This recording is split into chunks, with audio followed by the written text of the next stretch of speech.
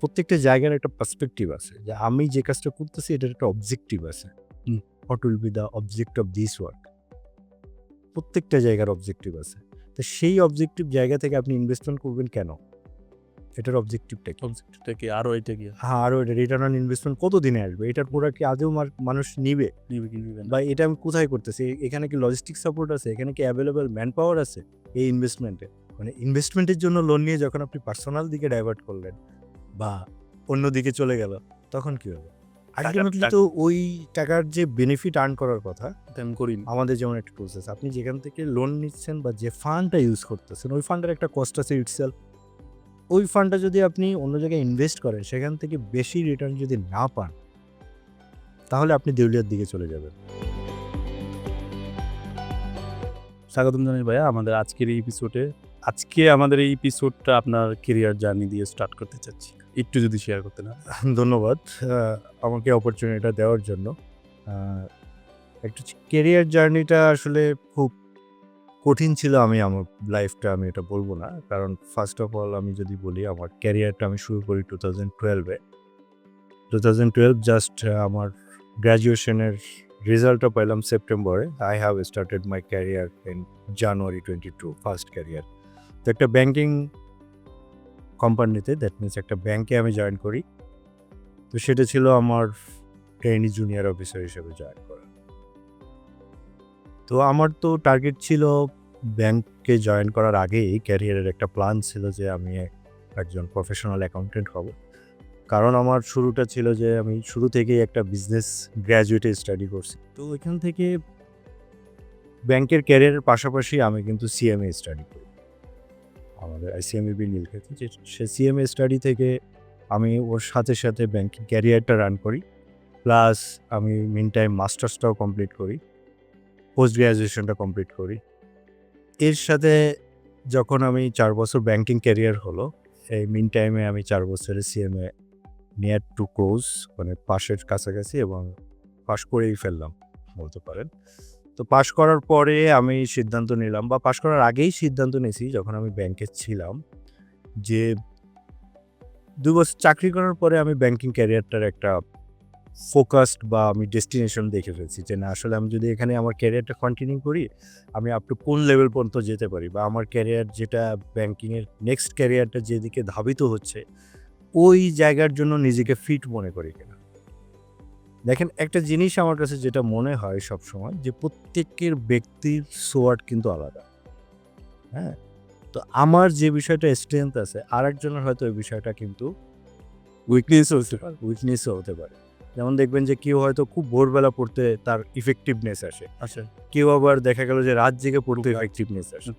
তো এই জিনিসটা চিন্তা করে যে আমার যে মেন্টালিটি বা আমি যেভাবে ক্যারিয়ারটা বিল্ড করতে চাই বা যে কাজে ফোকাস করতে চাই, এই ব্যাংকিং ক্যারিয়ারটা আসলে ওইদিকে থাকছে না। এটা কোনো না কোনোভাবে, এটা যদি হয় কম্পিটিশন বলেন বা চ্যালেঞ্জিং বলেন, সেক্ষেত্রে এটা আরেকটু গ্রো করতেছে।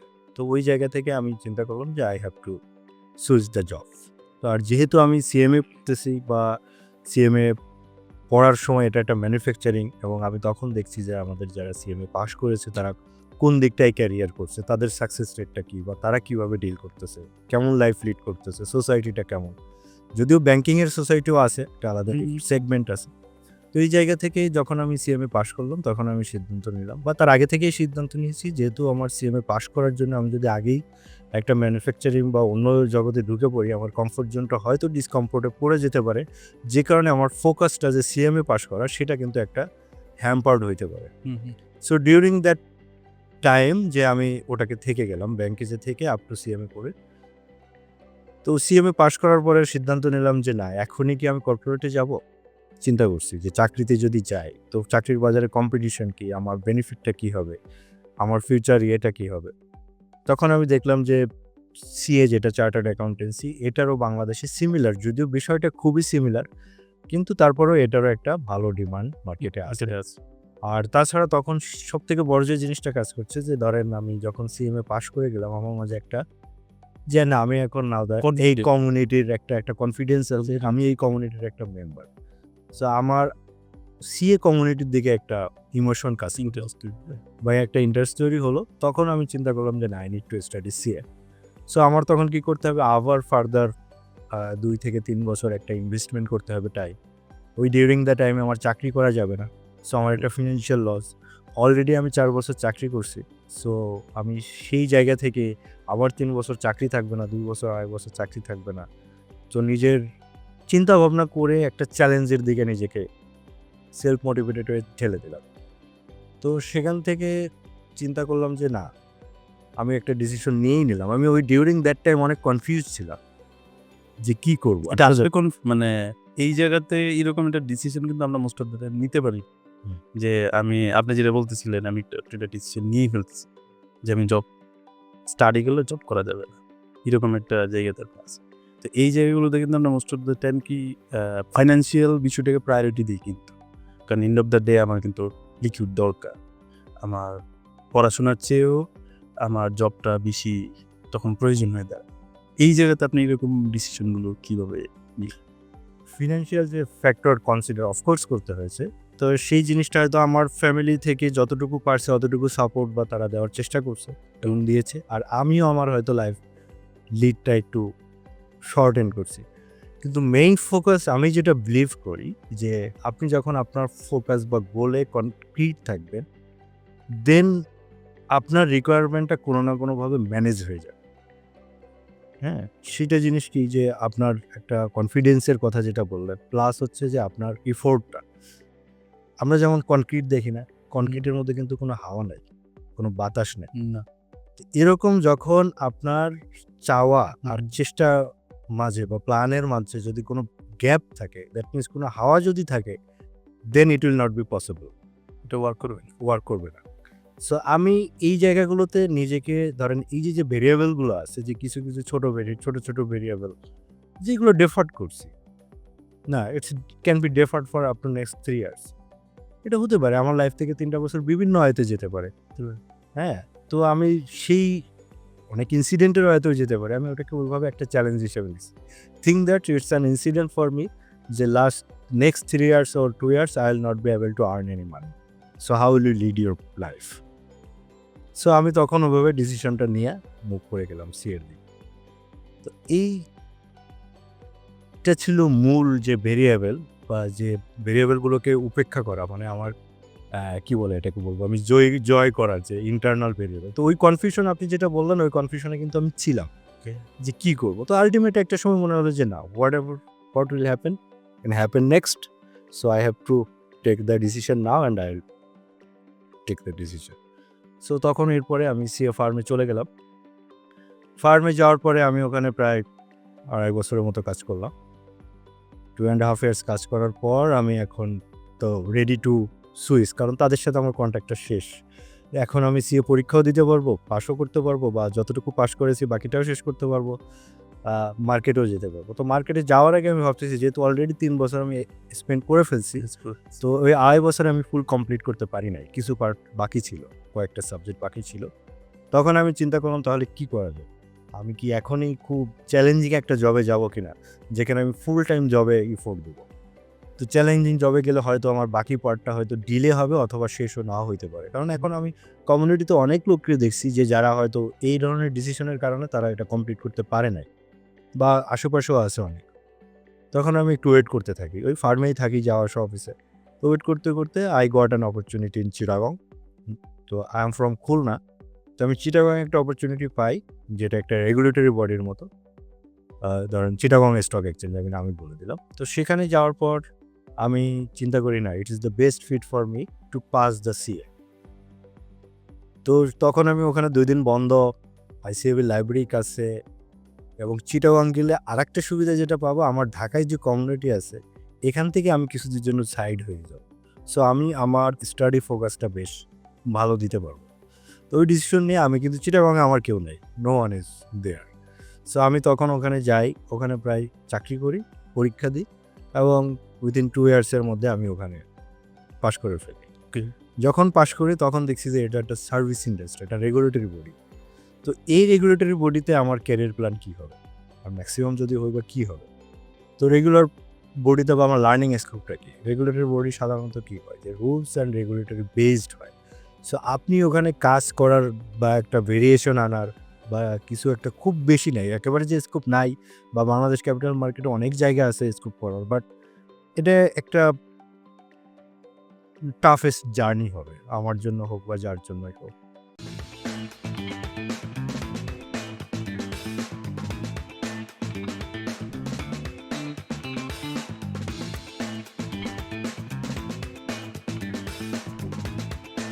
তো ওইখান থেকে শুরু হলো যে না, I have to move switch my job now to manufacturing because আমি এখন fully ready to serve to the company or take the challenge for মানে spending lot of time in the company. যে সেটা সকাল 9:30 না, আমার কাছে এনাফ টাইম আছে। এনাফ টাইম আছে, ধরেন আমি সকাল 9টা পর্যন্ত যদি রাত 9টা পর্যন্ত যদি অফিস করতে হয়, I not be headed for this. তো দ্যাটস ডিসিশন থেকে আমি মুভ করলাম একটা হেভি স্টিল ইন্ডাস্ট্রিতে। তো ওখানে আমি জাস্ট নিজেকে একটু লার্নিং স্টেজে নিয়েছি, যেহেতু নতুন আমার জন্য। আমার যদিও অলরেডি 7 বছর 8 বছরের একটা ক্যারিয়ার হয়ে গেছে মিন টাইমে, কিন্তু ওই সেক্টরে নাই, ম্যানুফ্যাকচারিং প্রসেসে নাই। তো সার্ভিস ইন্ডাস্ট্রি থেকে ম্যানুফ্যাকচারিং ইন্ডাস্ট্রি একটু ডিফারেন্স হয়, তাদের বিজনেস মডেল থেকে শুরু করে সব দিক থেকেই কিন্তু একটা ডিফারেন্সিয়েশন আছে, কারণ বিজনেস মডেলের উপর বেস করে সমস্ত ট্রানজ্যাকশনগুলো হয়। সো ওই এরিয়াটা একটা আননোন ফ্যাক্ট। তারপরও চ্যালেঞ্জ হিসেবে গেলাম সেখানে। তো আলহামদুলিল্লাহ সেখানে অনেক কাজ করার পরে 2 বছর ওখানেও আমি ব্যয় করলাম, প্রায় 2.5 বছর ওখানে ব্যয় করলাম। তো সেটা যেহেতু চিটাগং ছিল এবং আমার যে একটা ঢাকা যে ছেড়ে গেছি, মানে মেইন সেন্ট্রাল যে ছেড়ে আমি ওখানে গেছি, তো সেখানে আবার ফিরে আসলাম। ফিরে আসার জন্য একটু মনস্থির করলাম যে আমি আসলে টাকা ব্যাক করবো, ঢাকা বের। এটা একটা উদ্দেশ্য আসলে, যেহেতু মেইন উদ্দেশ্য আছে, কারণ যে কোনো ডিসিশনের আগে আমি মনে করি আপনার 2 ধরনের একটা ভেরিয়েবল থাকে, একটা প্রাইমারি মুখ্য ভেরিয়েবল থাকে আর একটা হচ্ছে সেকেন্ডারি ভেরিয়েবল। যখন দুইটা ম্যাচ করে বা টাইমিং হয়, দেন আপনার ডিসিশনটা আপনি একটা কনক্লুশন ড্র করতে পারেন। তো সেই সুযোগে অপরচুনিটি পেয়ে গেলাম ঢাকায়, দেন আমি ঢাকায় মুভ করলাম। তো এখনও সেখানেই ক্যারি করতেছি। তো আমি একটু যদি বলেন যে আমার ক্যারিয়ার জার্নিটা 2012 থেকে 2024 পর্যন্ত 25 কন্টিনিউ। তো এই 13 ইয়ার্সের মধ্যে তো আমার 8 বছর হচ্ছে সার্ভিস ইন্ডাস্ট্রিতে, যেটা আমি একটা আমার প্রফেশনাল নলেজ এবং সার্ভিস দেওয়ার ট্রাই করছি। আর বাকি কন্টিনিউয়াস তো ম্যানুফ্যাকচারিং ইন্ডাস্ট্রি। এর মধ্যে আমি যেটা বললাম চিটাগংয়ে একটা কোম্পানি, সেখানে আমি হেভি ইন্ডাস্ট্রিতে কাজ করেছি, এখন একটা এফএমসিজি ইন্ডাস্ট্রিতে কাজ করছি। সো হোপফুলি এখানেও চেষ্টা করতেছি আমার ক্যারিয়ারে কীভাবে ডেভেলপ করা যায়, কীভাবে কোম্পানি ভ্যালুয়েট করা যায়। ভাইয়া বলছিলেন আপনি 12 সাল থেকে আপনার ক্যারিয়ারের জার্নি স্টার্ট হয়েছে। তো এখান থেকে আজকে 2025, দ্যাট মিনস অলমোস্ট 13 বছর। 13 বছর অভিজ্ঞতা থেকে আমরা জানতে চাই যে অনেক উদ্যোক্তারা স্টার্টিং থেকে প্রোডাক্ট এন্ড এক্সিকিউশনে তারা ফোকাস থাকে, হিসাব, ফাইন্যান্স এই জায়গাগুলোতে তারা তেমন একটা মনোযোগ থাকে না। তো এই যে প্র্যাকটিসটা, এটা লং টার্মে বা ভবিষ্যতের জন্য কতটা ইফেক্টিভ অর রিস্কি? একটা বিষয় হচ্ছে কি, ধরেন আমি যদি একটা বিজনেস ধরি বা একটা কোম্পানি ধরি, আমার এক্সপিরিয়েন্স থেকেই বলছি, সেক্ষেত্রে যেটা হয় যে আপনার স্টার্ট হবে বিজনেসটা, রান হবে, গ্রো হবে, এক্সিট হবে, রাইট? দেন এক্সিটটা হবে না, বিজনেসের ক্ষেত্রে কিন্তু এক্সিট হবে না। এটাকে আমাদের অ্যাকাউন্টিংয়ের একটা ভাষা হচ্ছে গোয়িং কনসার্ন, যে এটা কন্টিনিউয়াস চলতে থাকবে। First generation, second generation, third generation, fourth generation. আপনি দেখবেন যে ভালো ভালো কর্পোরেটগুলো যারা আছে, এটা কিন্তু third fourth generation already shifting শুরু হয়ে গেছে। ঠিক আছে, কিন্তু যদি আপনি এই আমার প্রথম কাউন্টটা ধরেন যে start, run, grow and exit, then এটা হচ্ছে আপনি প্রোডাক্টে ফোকাস করবেন, আপনার শর্ট টার্ম প্রফিটে ফোকাস করবেন, কিভাবে একটা পিস মিল বেসিসে কাজ করবেন, যে দিস ইজ মাই অবজেক্ট, এখান থেকে আমি বের হয়ে আসবো, এরপরে আর আমি যাব না। বাট আপনার থিঙ্কিংটা যদি চেঞ্জ করেন যে না, this is my organization, I have started it and our third fourth generation will continue this, তখন কিন্তু আপনার ডিফারেন্সিয়েশন চেঞ্জ হয়ে যাবে, কারণ আপনার ফোকাসটা এখান থেকে সরে অনেক দূরে চলে যাবে। তো যখনই আপনার দূরে চলে যাবে, তখন কিন্তু আপনার সমস্ত কিছুর একটা প্ল্যানিংয়ের চেঞ্জ আসবে। তখন আপনি প্রোডাক্টে ফোকাস করবেন, রাইট, প্রফিটেবিলিটিতে ফোকাস করবেন, রাইট, কিন্তু সাথে আরেকটা জিনিসে তখন আপনি যখন শর্ট টার্ম থেকে লং লং টার্মে ফোকাসটা দূরে সরিয়ে দিবেন, দেন আপনার ফোকাসটা চলে যাবে কোয়ালিটিতে। কারণ আমার এই প্রোডাক্টটা 3rd 4th জেনারেশন পর্যন্ত, বাট আফটার লং টাইম পর্যন্ত এটা ইউজ হবে ইনফিনিটি টাইম পিরিয়ডের জন্য। তখন আপনার কিন্তু কোয়ালিটিতে কম্প্রোমাইজ করবেন না। তো যখন আপনার ফোকাসটা কিন্তু কোয়ালিটিতে চলে গেল, তখন কিন্তু আপনার ইনিশিয়াল স্টেজে যদি কোনো প্রোডাক্ট থাকে, আমরা জানি প্রোডাক্ট লাইফ সাইকেলের ক্ষেত্রে, সেক্ষেত্রে আপনার ইনভেস্টমেন্ট ডিসিশন চেঞ্জ হবে, সেক্ষেত্রে আপনার প্রাইসিং ডিসিশন চেঞ্জ হবে। কিন্তু এই যে দেখেন, জাস্ট ফোকাসটা শিফট করার জন্য ফলে আপনার কিন্তু পুরা জিনিসটাই কিন্তু চেঞ্জ হয়ে আসছে। তো আলটিমেট আমার যেটা মনে হয় যে কর্পোরেটের যে এই ফোকাসিং পয়েন্টটা উপর ডিপেন্ড করে কিন্তু আপনার ভেরিয়েবল, ব্যাক এন্ডের ভেরিয়েবলগুলো ইন্টিগ্রেশন হচ্ছে। যে এই ব্যাক এন্ড ভেরিয়েবলগুলো আমি কীভাবে লিড দিব বা কীভাবে কী করব। এখন একটা বিজনেস করার জন্য আপনার মেইন ফোকাস কী থাকে, যে একটা রেগুলেটরি পার্ট থাকে আমার বিজনেস শুরু করার জন্য, কিছু সেখানে ইমপ্লিকেশন থাকে, ইম্পিডিশন মানে বাধা থাকে, সেগুলো কমপ্লায়েন্সের ইস্যু থাকে। এরপরে আছে আপনার ইন্টারনালি কি হিউম্যান রিসোর্স থাকে, সেলস থাকে, প্রোডাকশন থাকে, তো ইনওয়ার্ড এবং আউটওয়ার্ড যে ইয়াগুলো আছে, তো এই অ্যাক্টিভিটিসগুলো আছে সেইগুলো থাকে। তো এইগুলো কিন্তু প্রত্যেকটা জায়গায় এক একটা স্টেপ। এবং আমি যদি খুব ম্যানুফ্যাকচারিং প্রসেসটা বলি আপনাকে, যে আপনি একটা ম্যানুফ্যাকচারিং প্রসেস শুরু করবেন, জাস্ট প্রোডাক্টের প্রসেসটা, সেক্ষেত্রে দেখেন আপনার প্রথম ইনিশিয়াল থিঙ্কিংটা হয় র মেটেরিয়াল কেনা থেকে, মানে সাপ্লাই নেগোসিয়েশন। ধরেন আপনি ইম্পোর্ট করবেন, তো সেই ইম্পোর্ট থেকে শুরু করে আপনার কি হবে, এলসি ব্যাংকিং কমিউনিকেশন থেকে শুরু করে সেখান থেকে তাদের সাথে কমিউনিকেশন করা, সেই সিএফআর করা বা এফওবি করা, হোয়াট এভার, সেখানে ক্লিয়ারিং এজেন্ট আছে, কাস্টমস অথরিটি আছে, ব্যাড ট্যাক্সের বিষয় আছে, অনেক বিষয়গুলো আছে যে জিনিসগুলো জানার। তো ওইটা পোর্টে আসে, সেখান থেকে রিলিজ করার পরে কে ধরবে আপনার সেই একটা থার্ড পার্টি ডিস্ট্রিবিউশন ধরবে, বা আপনার নিজস্ব লজিস্টিক সার্ভিস আছে, তারা প্রোডাক্টটা ফ্যাক্টরিতে আনবে, সেটা কোয়ালিটি ইস্যু হবে, কোয়ালিটি ইস্যু সেটা প্রোডাকশনে যাবে, প্রোডাকশনের পরে একটা ফিনিশ প্রোডাক্ট হবে, ফিনিশ প্রোডাক্টটা এরপরে হচ্ছে আপনার সেলস পারসন যারা আছে, সে এটাকে সেল করার জন্য যাবে, সেল করে তারপরে আবার সেখান থেকে কালেকশনটাও ইনশিওর করবে যে সেটা আপনার একটা রোলিংয়ের মধ্যে থাকবে, রাইট? তো এই যে কন্টিনিউয়াস প্রসেসের মধ্যে থাকবে। আবার আপনি যখন একটা হিউম্যান রিসোর্স থাকবে, সে আপনার এই যে জিনিসগুলো যারা ডিল করবে, সেখানে কিন্তু একটা এক্সপিরিয়েন্সড বা ক্যাপেবল পার্সনের বিষয় আছে। কারণ আপনি যদি লেট করে ফেলেন কোনো ডিসিশনে, সেই জায়গাটা কিন্তু আরেকজন নিয়ে কভার করে ফেলবে, হোয়াট এভার দ্য ডিসিশন, হয়তো আপনার কম্পিটিটর কভার করবে, আর না হলে আপনি সেখান থেকে পিছাই যাবেন। এই পুরো প্রসেসের মধ্যে কোথাও কিন্তু আমাদের অ্যাকাউন্টিং প্রফেশনের কোনো কিছু নাই। না, হ্যাঁ না, আমি আপনার বলছি। তো আলটিমেটলি ওনারা কি দেখবে? আলটিমেটলি ওনারা দেখতেছে কি, এখানে তো ইনভলভমেন্টই নেই। ইনভলভমেন্টই নাই। আমার এখানে কাজ করতেছে কে? ফ্যাক্টরি যে প্রোডাকশন বানাচ্ছে আর বিক্রি করতেছে কি, সেল যে টাকা আনতেছে, তো ওর টাকা দিয়ে আমি আবার রোলিং করে দেন আমি আবার এটাকে এইচআর পর্যন্ত রিসাইকেল করতেছে আমার এই রিসোর্সগুলো ম্যানেজ করার জন্য। আমার কাজ কি তাহলে? আমি কি করব? আপনার কি কাজ? আমার তো কোনো কাজ নেই, ভার্চুয়ালি কোনো কাজ নেই।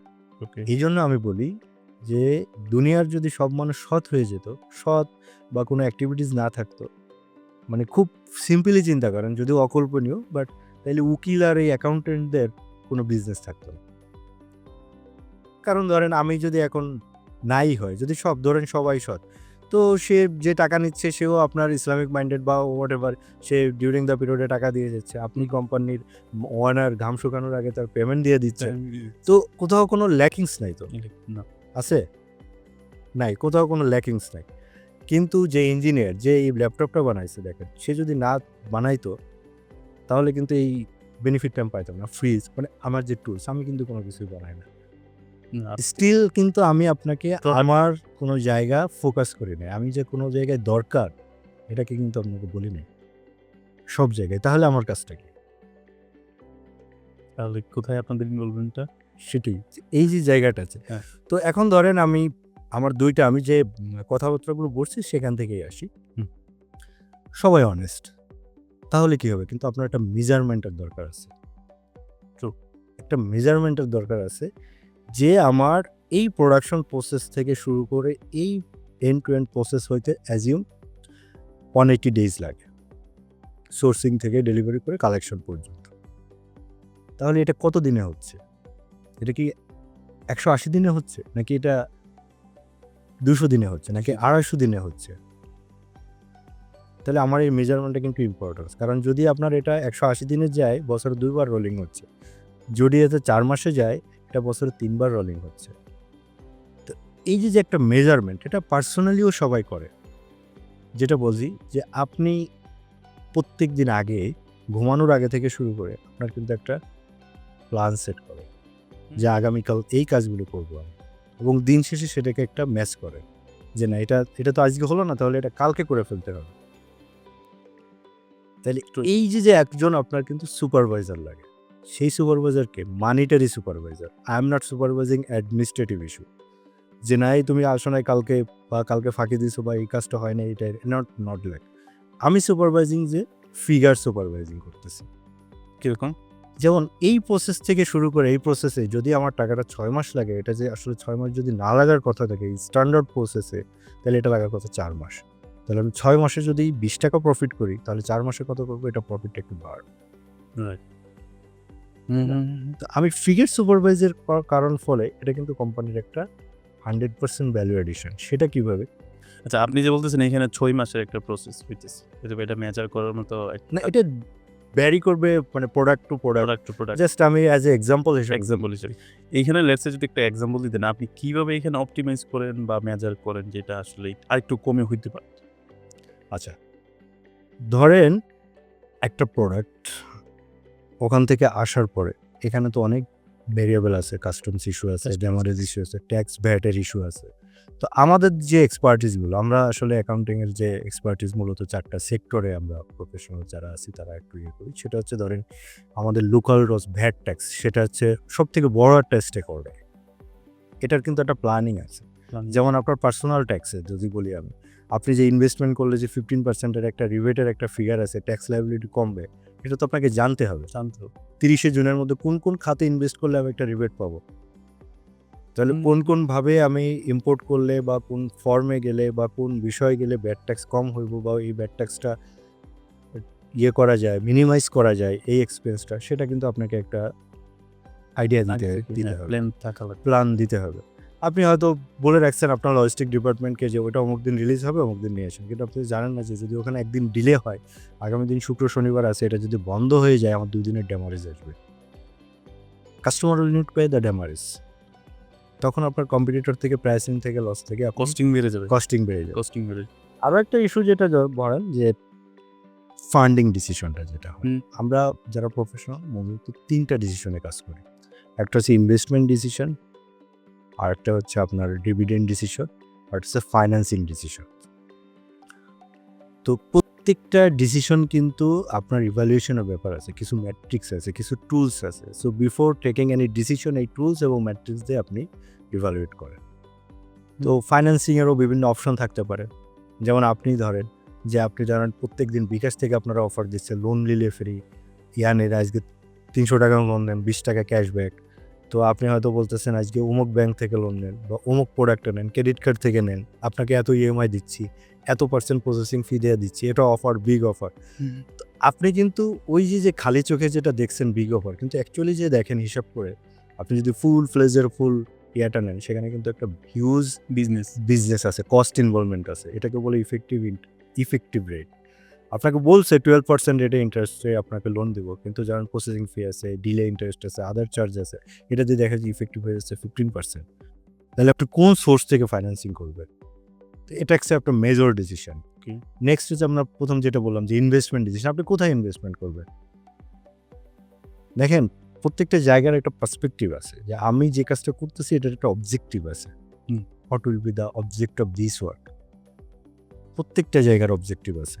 তো সেই অবজেক্টিভ জায়গা থেকে আপনি ইনভেস্টমেন্ট করবেন কেন? এটার অবজেক্টিভটা কি? আরও এটা কি? হ্যাঁ, আরও এটা রিটার্ন অন ইনভেস্টমেন্ট কত দিনে আসবে? এটার প্রোডাক্ট কি আদৌ মানুষ নিবে? বা এটা আমি কোথায় করতেছি? এখানে কি লজিস্টিক সাপোর্ট আছে? এখানে কি অ্যাভেলেবল ম্যান পাওয়ার আছে এই ইনভেস্টমেন্টে? তো এই যতগুলো ভেরিয়েবল আছে, এখানে কি আমার কোনো এনভায়রনমেন্টাল থ্রেট আছে? কোনো রেগুলেটরি থ্রেট আছে যে এনভায়রনমেন্টাল হ্যাজার্ড হবে, রেগুলেটরি এসে বন্ধ করে দিতে পারে? বা আপকামিং ডিজে এরকম কোনো আসতেছে কিনা? তো ওখান থেকে আমার রিটার্ন কী হবে? এটা বেচবো কোথায়? লজিস্টিক সাপোর্ট কী হবে? এক্সপোর্ট ফ্যাসিলিটি কী হবে। তো এই ভেরিয়েবলগুলোতে একটা ইনভেস্টমেন্ট ডিসিশনের বিষয় আছে, এরপরে আছে রিটার্নের বিষয়, যে কতদিনে পে ব্যাক হবে, এটার আইআরআর কত হবে, এটার আরওআই কত হবে, হ্যাঁ, আমার এটার কস্ট অফ ফান্ড। এখন এই যে ডিসিশনের পরে ফাইন্যান্সিংয়ে আসছেন, এরপর আসেন ডিভিডেন্ড, যে আপনার যে বিজনেস করলে এই বিজনেসের পরে আপনার একটা অ্যামাউন্ট আর্ন হলো, এই আর্নটা কি করবেন? আপনি কনজিউম করে ফেলবেন, নাকি আপনি ফিউচারের জন্য রেখে দিবেন, নাকি এক্সপ্যানশনে যাবেন? তাহলে এই ডিসিশনগুলো কি হইতে পারে? আপনার ধরেন সামান বা অন্যান্য মোস্ট অফ দ্য টাইম দেখা যাইতেছে কি ফাউন্ডাররা যে এই যে আসতেছে একটা প্রফিট আসছে, এই ফান্ডটারে হয়তো বা এতটা রেখে দিতেছে, আবার এখানে ইনভেস্ট করে ফেলতেছে, কোনো প্ল্যান নেই এই বিষয়টা নিয়ে। হ্যাঁ, এটা একটা ইম্পর্টেন্ট, যে প্ল্যান ছাড়া তো আসলে কোনো কিছু করা ঠিক না। এখানে দুইটা জিনিস আছে, যে আপনি রেখে দিবেন নাকি ফার্দার ইনভেস্টমেন্টে যাবেন।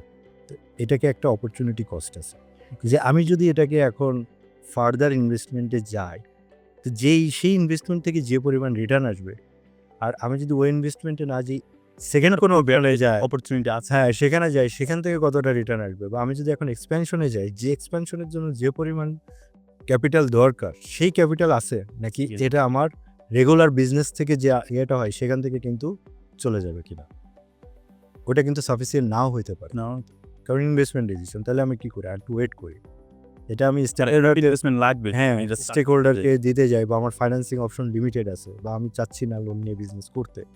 তো এই জায়গাগুলোতে কিন্তু একটা ফিনান্সিয়াল ফিগারের হিউজ ইনভলভমেন্ট আছে, এবং এটার সাকসেস ডিসিশনেরও বিষয় আছে, মানে মেজারমেন্টেরও বিষয় আছে। তো এই কাজগুলোর জায়গায় যতটুকু ভ্যালু এডিশন আছে, এগুলো আমরা ট্রাই করি যে এগুলো ইমপ্রুভ করার, সো দ্যাট যেন একটা আরো পারফেক্ট লেভেল পর্যন্ত রিচ করতে পারে। যেন আপনার ফাইন্যান্সটা আরো ইফেক্টিভলি আপনি ইউটিলাইজ করতে পারেন। অফকোর্স এখন ধরেন কিছু রুলস রেগুলেশন আছে সব জায়গায়, হ্যাঁ, গভর্নমেন্ট পলিসিও আছে।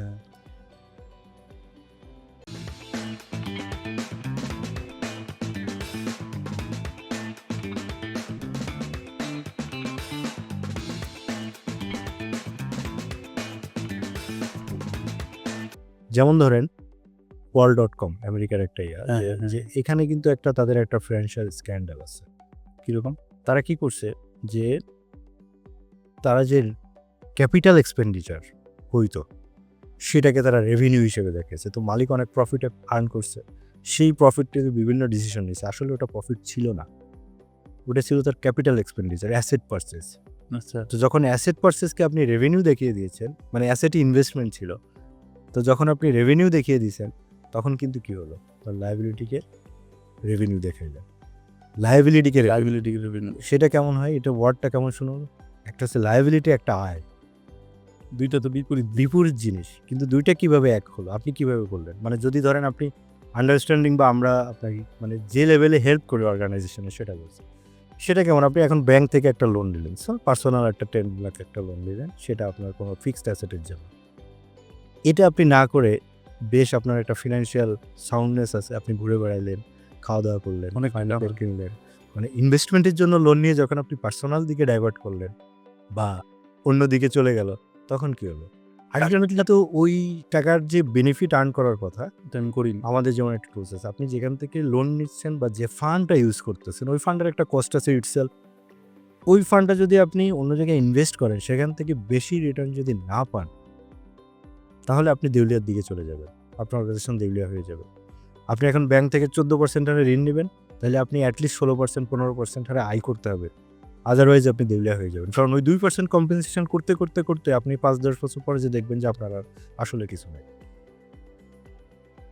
তো এই জিনিসগুলো তো আপনাকে একটা ফোরকাস্টিং দিতে হবে, মেজারমেন্টের ব্যাপার আছে। এই মেজারমেন্টগুলো কে করবে? এখন আপনি বলতে পারেন যে খুব আমরা ইজিলি করতে পারি মেজারমেন্ট করার বিষয়, কত টাকা খরচ হলো, কত টাকা আয় হলো, এটা হিসাবটা নিজে বসে বাসায় বসে করে বাসায় বসে করে ফেলতে পারে। কিন্তু আসলে কি, যখন একটা স্পেসিফিক ইয়া থাকে, পার্সন ডেডিকেটেড থাকে ফর একটা স্পেসিফিক কাজের জন্য, তখন কিন্তু আরো বেটার ইনপুট দিতে হবে। বেটার ইনপুট দিতে পারে। তাই স্টাডিগুলো এই লেভেলে। আপনার সোর্স অফ মানিটা কি? আপনার কাছে যে ঠিক আছে, now I am seeing that you have a lot of money, okay, এবং আমার financial health is very good, liquidity problem নাই। তো সেই জায়গাতে সোর্সিংটা কি লিকুইডিটির, এটা কি আপনার বিজনেস জেনারেটেড প্রফিটের পার্ট নাকি আউটসোর্স কোনো অ্যামাউন্ট, ধরুন ব্যাংক লোন হইতে পারে, অন্য কোনো সোর্স হতে পারে, টেম্পোরারি লোন হইতে পারে, মানে আরও যতগুলো টুলস আছে লোনের অন্যান্য ফর্ম হইতে পারে, সেটা একটা ইস্যু। তো আপনাকে একটা ফোকাস রাখতে হবে যে আমার এটা লায়াবিলিটি অর রেভিনিউ। ঠিক আছে। সেকেন্ড অপশন হচ্ছে যে আমি যেটা একদম প্রথমে বলছি যে আপনার ফোকাসটা কি। আপনি যখন ফোকাসটা চেঞ্জে নিয়ে যাচ্ছেন তখন আপনার কিন্তু ব্যাক এন্ডের পুরো প্রসেসটা চেঞ্জ হয়ে আসছে।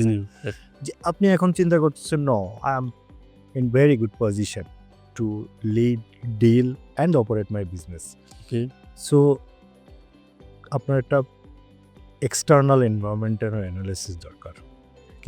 সেটা হচ্ছে কীরকম, আমার কম্পিটিটর থ্রেট আছে, আমার কি সবারই আছে। এক্সটার্নাল এনভায়রনমেন্ট আছে। আসলে আমরা দুইটা ভেরিয়েবল আছে, একটা হচ্ছে কন্ট্রোলেবল ভেরিয়েবল যেটা হচ্ছে আপনার মাঝে থাকে, যেটা ইউ ক্যান কন্ট্রোল ইট। ওকে, আরেকটা হচ্ছে এক্সটার্নাল ভেরিয়েবল। ওকে। যেমন ধরেন আপনি এখন বাইরে বৃষ্টি হবে, এটা আপনার হাতে নাই, না, তো এটা আপনি কন্ট্রোল করতে পারবেন না। কিন্তু ইন্টারনাল কন্ট্রোল, এইটা প্রোটেক্টের জন্য আপনার হাতে কি আছে, আপনি ছাতা নিয়ে বের হইতে পারেন, তাহলে আপনি লিস্ট একটা প্রোটেকশন একটা দিতে protection পারবেন। আছে, বৃষ্টিতে ভিজবো খুব না। জোরে হয় তাই না, আপনি তো ভিজবেন, কোনো না কোনো ফর্মে ভিজবেন, বাট একটা প্রোটেকশন থাকবে। তো এনভায়রনমেন্টাল বা বিজনেস এবং বিজনেসে কিছু এ ধরনের ভেরিয়েবল আছে যেগুলো হচ্ছে এক্সটার্নাল ভেরিয়েবল, এগুলো আপনার কন্ট্রোলেবল থাকে না নর্মালি। কিন্তু সেটার জন্য কি করতে হবে, এই ভেরিয়েবলগুলো যখন আসবে তখন কিন্তু আপনার একটা প্রিপারেশন দরকার। Preparation. যেমন ধরেন আমি আমার একটা রিয়েল টাইম এক্সাম্পল বলি, রিয়েল প্র্যাকটিক্যাল এক্সাম্পল, যে আমরা চিন্তা করছিলাম যখন ডলার ছিল 88-এ, বিডিটি ডলার এক্সচেঞ্জ বেশি পারতো না কিছুদিন আগে। কিছুদিন আগে, হ্যাঁ। তখন মানে বাংলাদেশ ব্যাংক কিন্তু 76 থেকে 88-এ উঠাইছে অনেক বছর টাইম নিয়ে, অনেক সময় নিয়ে। অনেক সময় লাগছে এই তো রেটটা। আমরা কিন্তু একটা ফোরকাস্ট করতে পারছিলাম যে এই ডলার যেভাবে বাংলাদেশ ব্যাংক বেঁধে রাখছে এবং বাংলাদেশে যে লেভেলের ক্যাপিটাল এক্সপেন্ডিচার হচ্ছে, একটা তো ব্যালেন্সিং আছে যে আমার ধরেন যে লেভেলের ডেভেলপমেন্ট এক্সপেন্ডিচার হচ্ছে, এই প্রত্যেকটা জিনিস কিন্তু বাইরে থেকে আসতেছে, কিনতে হইতেছে।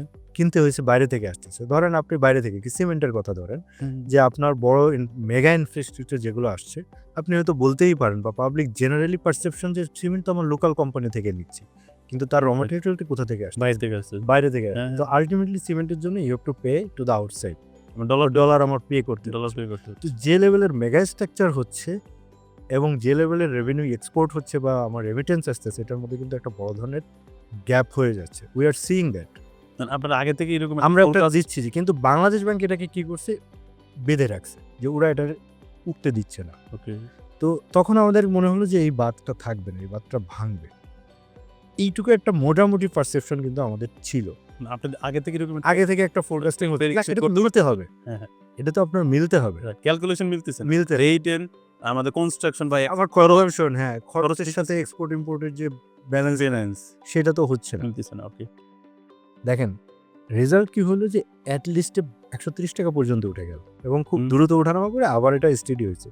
তো ফ্যাক্টটা হচ্ছে যে আমরা হয়তো চিন্তা করিনি এটা এত দ্রুত যাবে, চিন্তা করছি 90, 94, 96 গ্র্যাজুয়ালি এটা 100 ক্রস করবো, ওর এতটুকু একটা প্রেডিকশন কিন্তু- করতে পারছিল। এতটুকু করতে পারছি, কিন্তু এত দ্রুত করবে এটা করতে পারি না। কিন্তু এই যে জিনিসটা আছে, এটা একটা ইস্যু।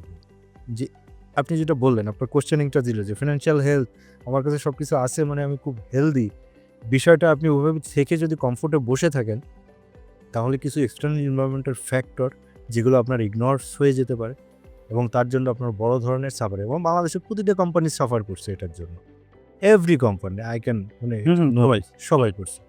তারপর আপনি ধরেন একটা কম্পিটিটর বললাম যে সে তার স্ট্র্যাটেজি কী হবে। আপনার ধরেন কিছু জিনিস, প্রত্যেকটা জিনিসেরই একটা লাইফ সাইকেল আছে। আপনি কমফোর্টে বসে থাকলেন, আপনি নেক্সট প্ল্যানিং করলেন না যে এই প্রোডাক্টটা এখন যে বিহেভিয়ার আছে এনভায়রনমেন্টাল চেঞ্জের ফলে মানুষের income level, education level, culturally grow বা গ্লোবালাইজেশন যাই বলেন না কেন, ইন্টারেকশন যাই বলেন না কেন, এইগুলো চেঞ্জ হওয়ার পরে এই প্রোডাক্টের ডেভেলপমেন্ট চেঞ্জ হইতে পারে, এই প্রোডাক্টের অবসোলেট হয়ে যেতে পারে, নতুন প্রোডাক্ট আসতে রিপ্লেস করতে পারে। তো আপনি ওই চিন্তাটা যখনই করবেন তখন কিন্তু আপনি জাস্ট এই চিন্তাটা মাথায় নিলেন as a order, I am just saying যে, তখন আপনি কি করবেন, তখন আপনি কিন্তু এই বিষয়গুলো আপনার ব্রেনে সার্চিং করতে থাকবেন যে আমি এটা তাহলে কি হইতে পারে। তাহলে বিভিন্ন জায়গা থেকে আপনি কিছু প্রিকশন অ্যানালাইসিস শুরু করবেন। অ্যানালাইসিস করে কিন্তু আপনার ওই কমফোর্ট জোনটা আর আপনাকে কমফোর্ট জোনে নাই। নাই, তখন কিন্তু সব কিছু করার আগে আপনি কিন্তু একটা অনেক চিন্তা করবে। চিন্তা করবেন যে না আসলে কি এটার জন্য রিজার্ভ রাখবো, এটার জন্য প্রভিশন করবো, নাকি এটার জন্য ইনভেস্ট করবো, নাকি আইটি সেক্টরে ইনভেস্ট করবো, নাকি এটার জন্য আমি নতুন আমার প্ল্যানিং জন্য আমার আমি জন্য নেক্সট আরো একটু অ্যাকুমুলেট করতে থাকবো। কিন্তু অনেক টেকনোলজি চলে আসতেছে, এআই এর যুগ, সফটওয়্যারের যুগ। তো আপনারা ডাটা অ্যানালাইসিস করা ওর ডিসিশন মেকিং এ এই টেকনোলজিকে কিভাবে ব্যবহার করতেছে? দেখেন প্রিভিয়াসলি যাই হতো বা অ্যাকাউন্ট্যান্টের রোল কিন্তু এখন চেঞ্জ হয়ে গেছে। আমি বলবো পুরোটাই চেঞ্জ হয়ে গেছে। আগে কি হতো আমি শুধু ওই যে হিসাব নিকাশি করতাম। আমি দেখেন আমার পুরো ডিসকাশনের মধ্যে অনেকগুলো স্ট্র্যাটেজিক বিষয় কিন্তু আপনাকে সামনে আনছি। তো আমি I am not just saying that যে you have earn this, you have expense this is your balancing figure. Okay? তো সেই জায়গা থেকে অ্যাকাউন্টিং রোল চেঞ্জ হয়েছে কিছুর জন্য, কিছু টেকনিক্যাল অ্যানালাইসিসের জন্য বা কিছু টেকনিক্যাল সফটওয়্যার বলেন, আইটি ইনভলভমেন্ট বলেন, এইটার কিন্তু কম্পিটিশন বলেন, এইটার কারণে। এখন টেকনোলজি আপনি যে কোনো ডিসিশন নেন, whatever the decision you are taking, you need data. Data, right. যে আমার এই ডেটাতে আপনি দেখেন এখনকার যুগে আপনি কথা বলতেছেন, আপনি মেসেঞ্জারে সেই জিনিসগুলো আসতেছে আপনার Right. মানে আসতেছে, সার্চিং এ আসতেছে, আপনার সামনে Automatically ওরা আমাকে automatic guide করে। চলে আসতেছে। তো তারা কোন ম্যাক্রো লেভেল পর্যন্ত টেকনোলজি নিছে যে এক্স্যাক্টলি রিচ করতেছে। আপনি ইউটিউবে ঢোকেন, আপনি যে লেভেলের ভিডিও দেখেন ওই লেভেলেরই অ্যাড আপনার সামনে আসতেছে। তো জিনিসগুলো হচ্ছে এগুলো এমন সময় আবার মনে হইতেছে আমি চিন্তা করার সাথে সাথে মনে ওরা বুঝে ফেলতে বুঝে ফেলতেছে। এই জিনিসগুলো কাদের জন্য? এটা মার্কেটিং এর জন্য। মার্কেটিং। মার্কেটিং এর একটা ডেভেলপমেন্ট, জন্য- তারা অ্যানালাইসিস করতেছে, হ্যাঁ। তো আমার বিহেভিয়ার রিড করতেছে, Right. তো তারা করছে। তো আমার জন্য কি? তো আমার জন্য তো আমার অনেক ডেটা আছে, আমার সেলসের ডেটা আছে, কস্টিং এর ডেটা আছে, তাই আমার অন্যান্য ফাইন্যান্সিং এর ডেটা আছে, ফাইন্যান্স কস্টের ডেটা আছে। হুম।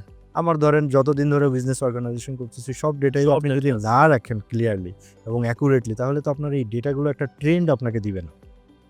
নাম্বার 2, এখন আরও দেখেন বিজনেস অ্যানালাইসিসের ডেটা অ্যানালিটিক্স বলেন, মাইক্রোসফটের অনেকগুলো টেকনোলজি আছে, অ্যাজিউর আছে, আরও অনেক এআই যেটা আসতেছে সামনে এবং আমরা যেটা ভাবতেছি যে রিপ্লেস হয়ে যাবে। বা এখন দেখেন চ্যাট জিপিটিতে ভেরি সিম্পল, আপনি একটা পেজের ছবি তুলে দিচ্ছেন একটা বইয়ের, ও আপনি যা যা বলতেছেন ও কিন্তু আপনাকে রিপ্লাই দিচ্ছে।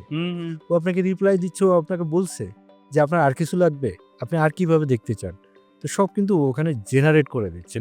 তো এগুলো হচ্ছে খুব দ্রুত সময়ের মধ্যে করতেছে। তো আমাদের টেকনোলজিতে বা আমাদের যে আমাদের যে ওয়ার্ক এরিয়াগুলো আছে, এই ওয়ার্কগুলো কিন্তু ডেটার ব্যবহার সব থেকে বেশি।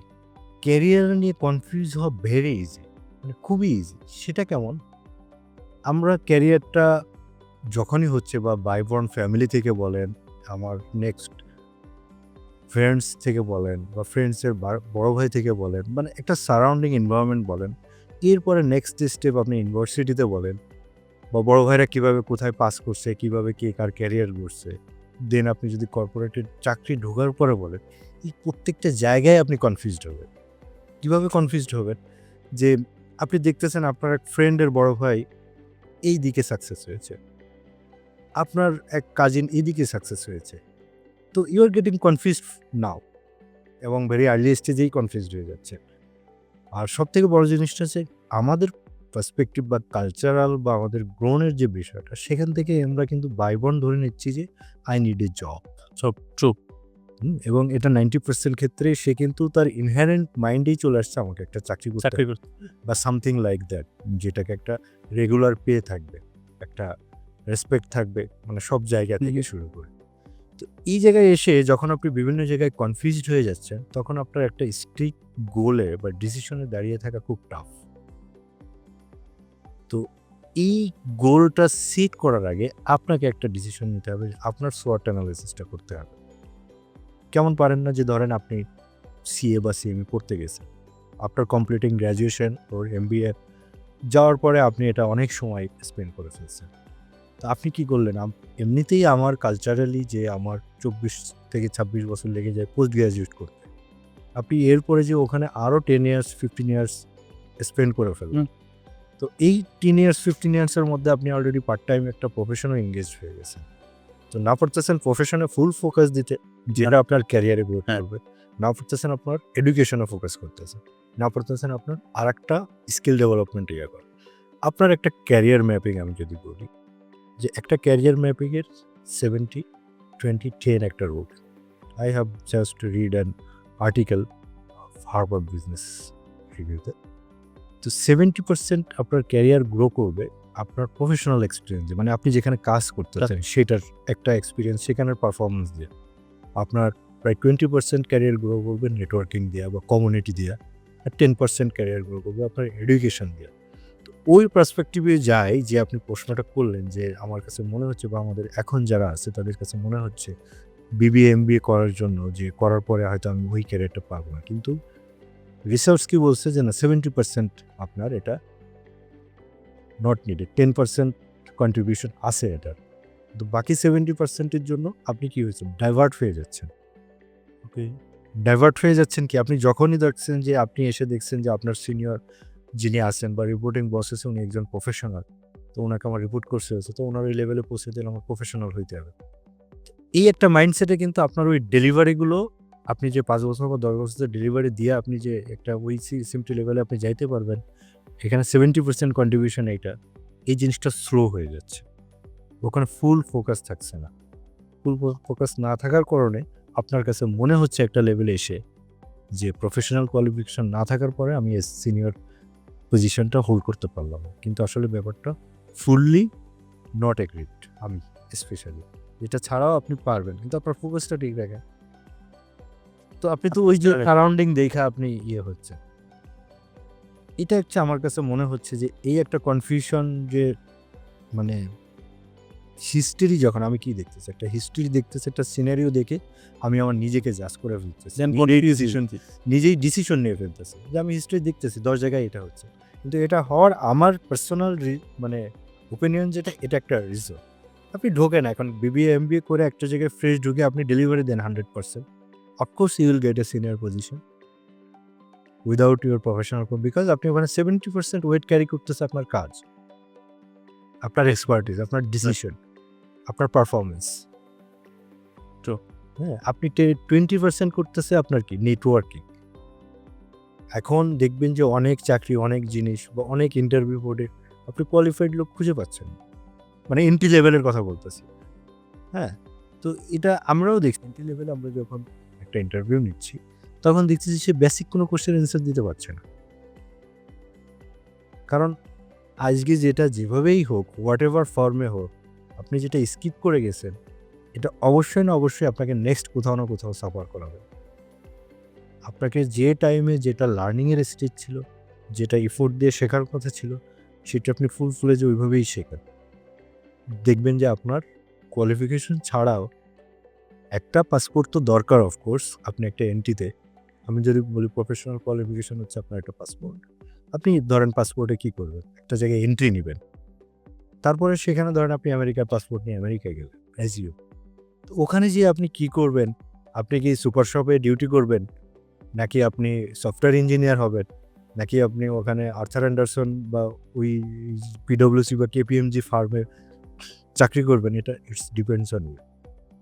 তো আপনি গ্র্যাজুয়েশন যখন করে ফেলছেন, আমাদের জগতে, চাকরির জগতে আপনি কিন্তু একটা পাসপোর্ট পেয়ে গেছেন।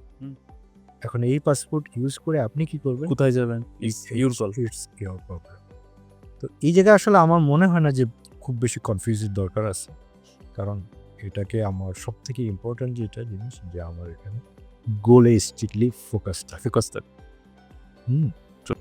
তো আপনি আনটিল সাকসেস না পাচ্ছেন ততক্ষণ পর্যন্ত আপনি পুশ করতেই থাকবেন। নাহলে তো আপনি এমনও হয় পুশ করতে করতে যে এই সাকসেস হবো, এই সময় দেখা গেল আপনি ফিরে আসছেন, লাস্ট স্টেজে অনেক সময় ফেরত চলে আসে। এই জিনিসটা হচ্ছে লেগে থাকা, যে আপনার কোনো জায়গায় ফোকাসড হয়ে স্ট্রিক্টলি লেগে থাকলে আপনার ফোকাসটা of course you will be success. আমার যেটা মনে হয় যে না, এটা হয়, এটা সম্ভব প্রফেশনাল কোয়ালিফিকেশন ছাড়াও। আছে এরকম এক্সাম্পল আছে কর্পোরেট ওয়ার্ল্ডে। সো কনফিউজড হওয়ার কিছু নেই। প্রফেশনাল সার্টিফিকেশনগুলো আপনি কখন সাজেস্ট করবেন যে করা দরকার? এইটা তো ডিপেন্ড করবে আপনার উপর। ধরেন আমি যদি বলি আমার ক্ষেত্রে যে একটা সিএমএ প্রফেশনাল সার্টিফিকেশন হয়ে গেছে, আমার আর দরকার নেই, বা আমার একটা সিএ হয়ে গেছে, আমার আর দরকার নেই, বা আমার এটা হয়ে গেছে আর দরকার নেই, আমার গ্র্যাজুয়েশন হয়ে গেছে, আমার আর দরকার নেই। এটা এইটা টোটালি ডিপেন্ডস করবে আপনার উপর। যে আমি আপনি কি পারি? কতটুকু নিজেকে স্যাটিসফাইড করতেছেন কোন লেভেলে। True. আপনার আছে না অনেকেই ধরেন যে কন্টিনিউয়াস একটা ডেভেলপমেন্ট, নিজেকে একটা কন্টিনিউয়াস ডেভেলপমেন্টের মধ্যে রাখা, যে আমার এই জিনিসটা শেখা দরকার, আমার এই জিনিসটা শেখা দরকার। আমি এখন পড়াশোনা নাই বা আমি চাকরি করতেছি, কিন্তু তার এডিশন পাশাপাশি আমার এই ট্রেনিংটা করা দরকার। এই ধরনের যে জিনিসগুলো আপনাকে তো কন্টিনিউয়াস ডেভেলপমেন্টের সাথে দেয়। আমি জানি বাংলাদেশে মাল্টিন্যাশনাল কোম্পানির সিএফও ছিল, এখন সিইও, তিনি প্রফেশনাল নাই, just business graduate only only. তাহলে এখানে কি বলবেন আপনি? যেমন বিগ এমএনসি ওই যে আপনি বললেন 70-30 রুল মানে ওনার তো ফোকাস বা কর্পোরেটের পারফরমেন্স এই করে পারফর্ম করছে 70% জায়গাটাই ফোকাস করছে। হ্যাঁ, তো আপনি যখন দেখবেন যে ভ্যালু এডিশন করতেছে কোম্পানিটা বা ইয়েটা, তখন অবভিয়াসলি আপনাকে আপনার লিডারশিপ ধরেন সবকিছু মিলিয়ে এটা যেহেতু আমার এক্সপিরিয়েন্স থেকে বললাম যে আসলে এই প্রশ্নটা তারাই ভালো অ্যান্সার দিবে যারা ক্যারিয়ারে ফুল সাকসেস।